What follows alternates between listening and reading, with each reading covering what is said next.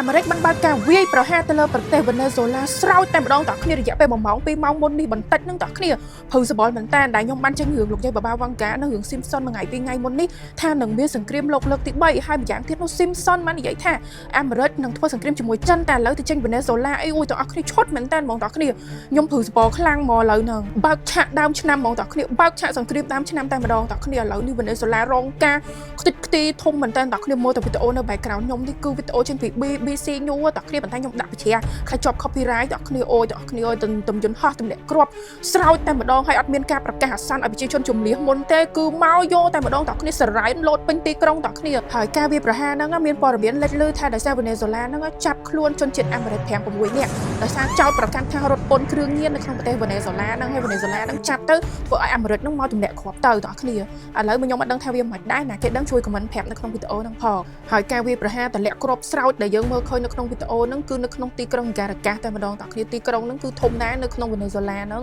ឮថាដូចចិត្តវិទ្យាទាហានអីផងតគ្នាហើយនិយាយទៅគឺផ្ទុះឆេះឆាប់ឈួរមែនតើតគ្នាហើយប្រជាជនអីក៏អត់ទាន់ដឹងថាស្លាប់ប្រមាណរស់ប្រមាណទេតគ្នាពីព្រោះថាដូចខ្ញុំនិយាយចឹងអត់មានប្រកាសអាសន្នអីមុនទេគឺមកស្រោចយកតែម្ដងអញ្ចឹងយើងមានតែចាំមើលអាប់ដេតព័ត៌មានតាមក្រោយតគ្នានិយាយរួមមកតគ្នាអ្វីដែលខ្ញុំខ្លាចបំផុតគឺសង្គ្រាមហ្នឹងឲ្យជាពិសេសផ្លូវចិត្តខ្ញុំបានបាក់ហ្មងតាំងពីសង្គ្រាមនៅខ្មែរយើងដែលខ្ញុំឃើញប្រជាជនឈុនភៀសសក់ហើយបងវរៈកងទ័ពប៉ែលីអីហ្នឹងដល់ពេលឥឡូវនៅប្រទេសវេណេស៊ុយឡាហ្នឹងអាមេរិកយកយន្តហោះមកទម្លាក់ស្រោចពេញហ្នឹងដែលអត់មានប្រកាសអាសន្នឲ្យប្រជាជននៅវេណេស៊ុយឡាហ្នឹងដឹងមុនទេតគ្នាហើយសរ៉ែនលោតរន្ទឺពេញហ្នឹងតគ្នាខ្ញុំឃើញអូយទៅចង់និយាយថាខ្ញុំអត់ដៃខ្ញុំអត់ជើងហ្មងតគ្នាទាំងចេញមកធ្វើវីដេអូឲ្យអ្នកគ្នាមើលនេះចង់និយាយថាចឹងបានថារឿង Simpson នេះមួយលោកយាយបាបាវ៉ាន់កានេះពីរប្រៀបបានដូចជាប្រភ្នូលអញ្ចឹងមិនថាយើងនៅប្រទេសណាទេយើងត្រូវតែដូចប្រភ្នូលឲ្យយើងត្រៀមទុកមុនអញ្ចឹងតគ្នាដោយលោកយាយបាបាវ៉ាន់កានិយាយថានឹងមានសង្គ្រាមលោកលើកទី3សិតតែបង្កប់អត្តន័យត្រូវត្រៀមខ្លួនគ្រប់គ្នាមិនថាយើងនៅប្រទេសណាទេពីព្រោះថាការលោភលន់មហិច្ឆតាអំដើមអំណាចគ្នានេះប្រទេសណាក៏មានដែរដោយលោកយាយបាបាវ៉ាន់កានិយាយអញ្ចឹងប្រសង្គ្រាមលោកលើកទី3អត់ដឹងប្រទេសណានឹងប្រទេសណាទេឥឡូវយើងចេញមកបន្តិចហើយយើងអត់ដឹងថាប្រទេសណានឹងចូលជួយវេណេស៊ុយឡាបានទេឥឡូវយើងមានតែចាំមើលទាំងអស់គ្នាហើយដូច Simpson និយាយអញ្ចឹង Simpson ច្បាស់ហ្មងគឺអាមេរិកនឹងចិនតែឥឡូវទៅអាមេរិកមួយវេណេស៊ុយឡាឃើញវាដូចជាប្រភ្នូអញ្ចឹងបងប្អូនអញ្ចឹងយើងមិនដឹងថាអាចនឹងចិនចូលជួយវេណេស៊ុយឡាឬក៏មិនទេបងប្អូនអញ្ចឹងបានថាយើងត្រៀមខ្លួនគ្រប់គ្នាបងប្អូនពីមួយចំនួនពីមួយឆ្នាំទៅមួយឆ្នាំអាយើងប្រជាជននេះអាអ្នកធំនោះអំណាចគ្នាងាប់តែប្រជាជននេះទេហើយនៅពេលដែលមានសង្គ្រាមកើតឡើងនេះខ្ញុំមិននឹកជាងគេគឺក្មេងទូចនិងស្ត្រីមានផ្ទៃពោះខ្ញុំមិននឹកខ្លាំងទេមែនខ្ញុំអត់ចង់ឲ្យតែខ្ញុំអស់ឃើញអូ my god និយាយទៅទឹកភ្នែកមកខ្ជាងបងព្រោះថាយើងធ្លាប់ទងន់យើងធ្លាប់មានកូនតូចយើងដឹងថាវាពិបាកប៉ុណ្ណាហើយងាប់ត្រូវនឹងរត់ភៀសពីសង្គ្រាមទៀត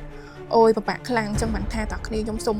បវិជិឆ្ងាយទាំងប្រទេសយើងទាំងប្រទេសគេទាំងប្រទេសណាក៏ដោយកុំឲ្យមានអារឿងសង្គ្រាមហ្នឹងអីនោះអើយឆ្ងល់មែនអំណាចអីមានល្មមទៅលោភលន់មហិច្ឆតាអីយកចាញ់យកឈ្នះគ្នាទៅណា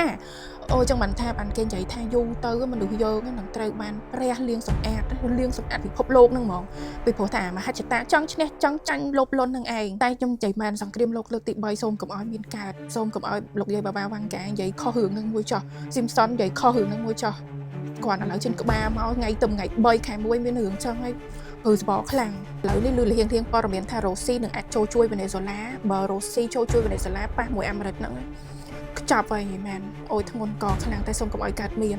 ឥឡូវយើងមានតែចាំមើលទៅអស់គ្នាទេបែជាម៉ាស៊ីនចម្រោះទឹកទាន់សម័យមកពីប្រទេសកូរ៉េសមនឹងម៉ាក់សម័យថ្មីងាយស្រួលនឹងចំណេញពេលវេលាក្នុងការឆុងទឹកដោះគោឲ្យកូនតូចនៅពេលយប់ពីព្រោះថាមានការកំណត់សីតុណ្ហភាពនិងចំណោះទឹកត្រឹមត្រូវមិនមានផលវិបាកក្នុងការតទៅយកទឹកអាចប្រើបានចល័តគ្រប់ទីកន្លែងទាំងក្នុងបន្ទប់ក្នុងចង្ក្រានបាយការញ៉ាំទឹកដោយសារម៉ាស៊ីនចម្រោះទឹកបែមានគុណប្រយោជន៍លើសពីទឹកបរិសុទ្ធទៅទៀតពីព្រោះថា double clean តែម្ដងដោយសារការច្រោះទឹកដោយប្រើ filter និងពន្លឺ UV សម្រាប់មេរោគហើយគុណប្រយោជន៍នៃការញ៉ាំទឹកចម្រោះនេះធ្វើឲ្យមានភាពងាយស្រួលក្នុងប្រព័ន្ធរំលាយអាហារក្នុងខ្លួនរបស់មនុស្សយើងដែលអ្នកទាំងអស់គ្នាអាចកណុកទិញបានពី Pig Bear Cambodia